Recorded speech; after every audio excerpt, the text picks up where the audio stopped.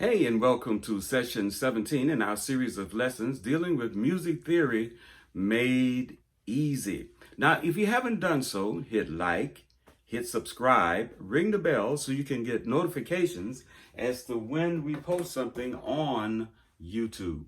Now, what we're going to deal today is triads. Okay, we're going to deal with triads. All right. A triad is a series of three notes played simultaneously. Okay, I'm surprised I got that word out. But a triad is a series of three notes played simultaneously. And also a triad is built in thirds. Okay?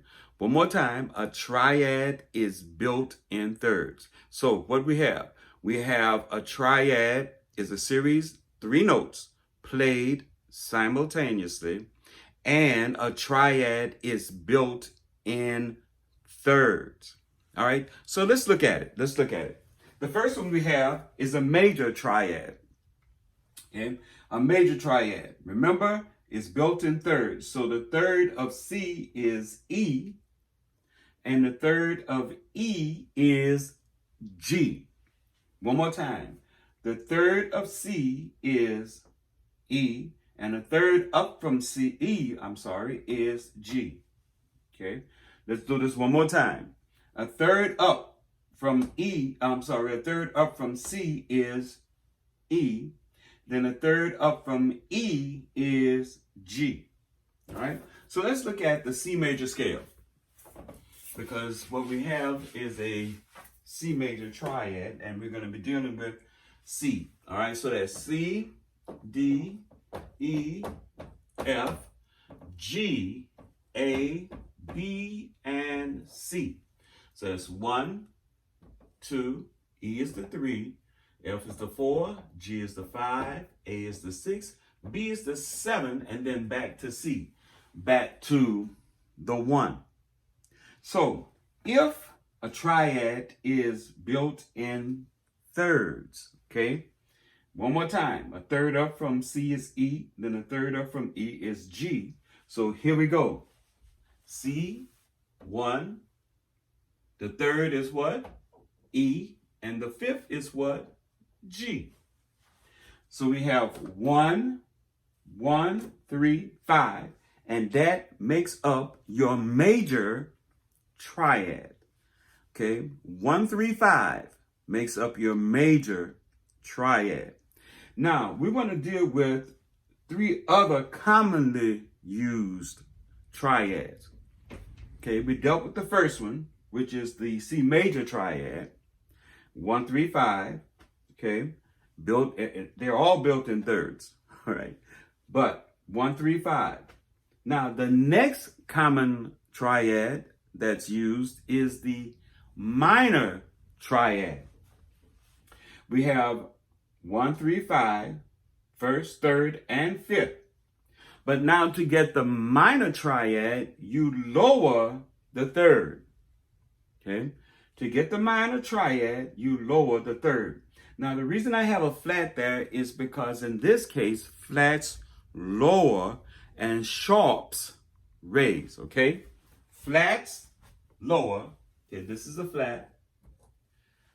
And sharps raise. This is a sharp. Look like a tic-tac-toe thing.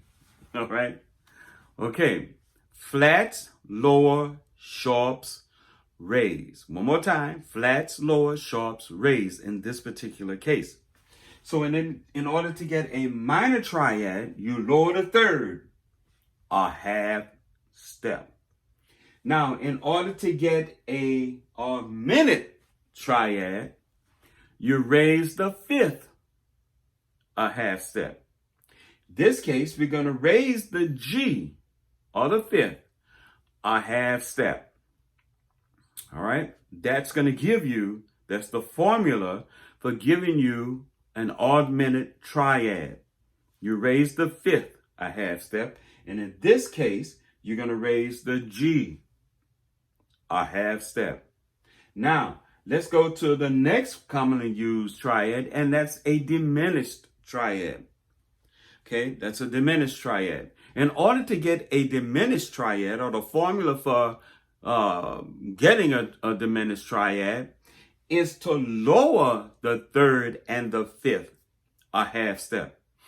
And that will give you a diminished triad. To lower, okay, to lower the third and the fifth a half step. In this case, we're going to lower the E a half step, and we're going to lower the G a half step. One more time, we lower the E a half step, then we lower the G a half step, and that's going to give you a diminished triad. So let's look at it again. Your major triad, C, E, G, first, third, and fifth. Let me say this in the offset again, that this is the same, you use these same formulas in any of the major scales. Okay? Use these same formulas to get the major, the minor, the augmented, diminished. Use the same formula in all of the major scales. If I'm in E flat, in order to get a minor chord, the E flat triad, I have to lower the G a half step, because E flat is the 1, G is the 3, B flat is the 5. So in order for me to make that chord minor, I lower the G a half step. If I'm still in E flat, if I wanted to make it an augmented chord, I would raise the B flat, which is the 5. I would raise the B flat a half step. Okay? To get the minor, I lower the G, the third, a half step. To get the augmented, I would raise the B flat a half step. Okay, let's use another chord. Let's use the D flat chord. That's D flat the 1, F the 3, A flat is the 5. In order to make it a minor chord, what would I do? I would lower the third, the F, a half step. In order to make it an augmented chord, what would I do? I would raise the 5, the A flat, a half step. And that's going to give you minor and augmented. And then in order for me to, in D flat, in order for me to get a diminished chord, I would lower the third and the fifth a half step, which means I lower the F a half step, I lower the A flat a half step, and that's going to give me a diminished chord. So that's what we have. You have your major, your minor, you have your augmented, then you have your diminished chords. Okay? Now, since we're dealing with chords, let's go to what is called root position, first inversion, second inversion. Okay? Root position, first inversion, second inversion. Now, we're going to use, since we're dealing with C, let's go on with the C scale. Now, I shouldn't have erased it. Let me put it back up here. So that's C, D, E, F, G, A, B, and C. All right. We're going to take the 1, the 3, and the 5. 1, 3, and 5. We're going to continue to use the 1, the 3, and the 5. Okay? So in this case, we got C, E, and G. 1, 3, and 5. Okay? This is known as the root position. All right? That's known as the root position. C, E, G is in root position. Now, in order for me to get the first inversion,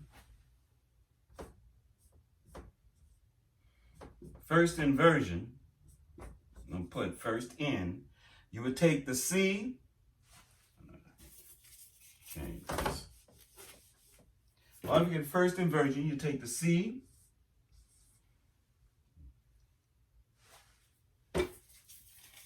I'm sorry, I should have given you the formula.